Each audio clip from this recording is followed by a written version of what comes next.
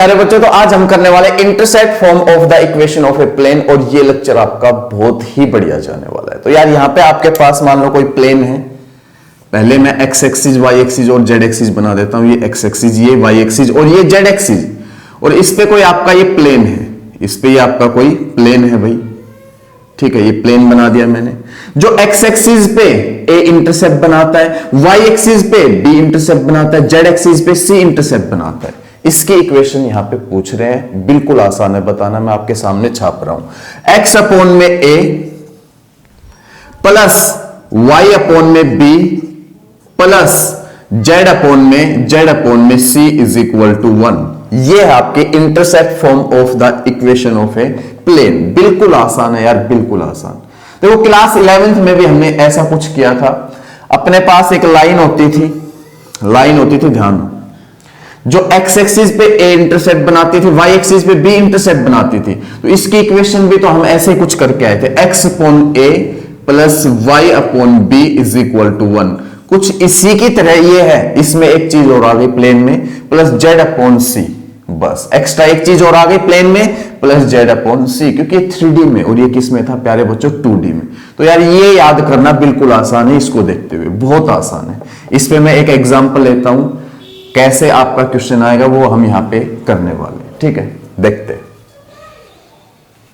अरे बच्चों, example number 19 ले लिया एनसीईआरटी का, समझेंगे इसको ध्यान से। क्या कह रहा है, find the equation of the plane with intercept 2, 3 and 4 on the X, Y and Z axis respectively. देखो क्या कह रहे हैं, फिगर ही बना देता हूं आपके लिए। ये आपका एक्स एक्सिस, ये वाई एक्सिस यार, और ये जेड एक्सिस। कहता है कि उस प्लेन की इक्वेशन बताओ जो प्लेन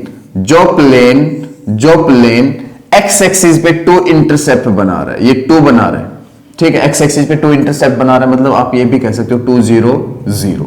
क्लियर। वाई एक्सिस पे 3 इंटरसेप्ट बना रहा है, ये 3 बना रहा है, ये 3 लेंथ है, इसको कह सकते हो 0, 3, 0 चाहो तो। क्लियर। और यार जेड एक्सिस पे 4 इंटरसेप्ट बना रहा है, ये 4 बना रहा है, इसको कह सकते हो आप 0, 0, 4। तो इसकी इक्वेशन बतानी है, इसकी क्या बतानी है इक्वेशन, बिल्कुल आसान है यार। एक्स अपॉन में ए 2 प्लस वाई अपॉन में बी 3 प्लस जेड अपॉन में सी 4 इज इक्वल टू 1। थोड़ा सा और सोल्व कर दो, बात आपकी हो जाएगी यहां पे पूरी। ठीक है, यस। तो देखो मैं क्या कर रहा हूं, 12 एलसीएम 6x प्लस में 4y प्लस में 3z इज इक्वल टू 1। और यार 6x प्लस में 4y plus 3z is equal to 12 लिख सकते हो आप इसको। और ये आपकी इक्वेशन ऑफ प्लेन है। यस प्यारे बच्चों, ये क्या है आपकी इक्वेशन ऑफ प्लेन। एक एग्जांपल और ले लेते हैं, एक टाइप का और भी एग्जांपल ले लेते हैं यहां पे, वो भी आप समझना बहुत अच्छे ढंग से। यस बच्चों, एक क्वेश्चन मैंने और ले लिया यहां पे, ध्यान से समझेंगे इसको। क्या कह रहा है, reduce the equation of the plane to intercept form and find its intercepts on the coordinate axis. बिल्कुल आसान है। एक तो इसको इंटरसेप्ट फॉर्म में रिड्यूस करना है पहली बात, और फिर हमें क्या बताने, इंटरसेप्ट्स बताने हैं किस पे, कोऑर्डिनेट एक्सिस पे क्या क्या बनाए उसने। देखो ये नोट कर लो, 2x प्लस में 3y माइनस में z is equal to 6। Intercept form में प्यारे बच्चों इधर होता है 1, तो मैं इधर 1 बनाऊंगा। और 1 कैसे बनेगा, जब बोथ साइड 6 से डिवाइड करूंगा।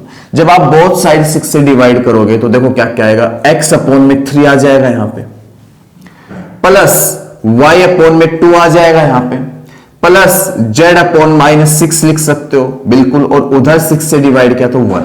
ये लो भाई आपकी इंटरसेप्ट फॉर्म। यस मेरे प्यारे बच्चों, ये लो आपकी इंटरसेप्ट फॉर्म। एक तो ये बनाना था, और एक क्या कह रहा है कि भाई आप फाइंड कर दो इसके intercepts on the coordinate axis.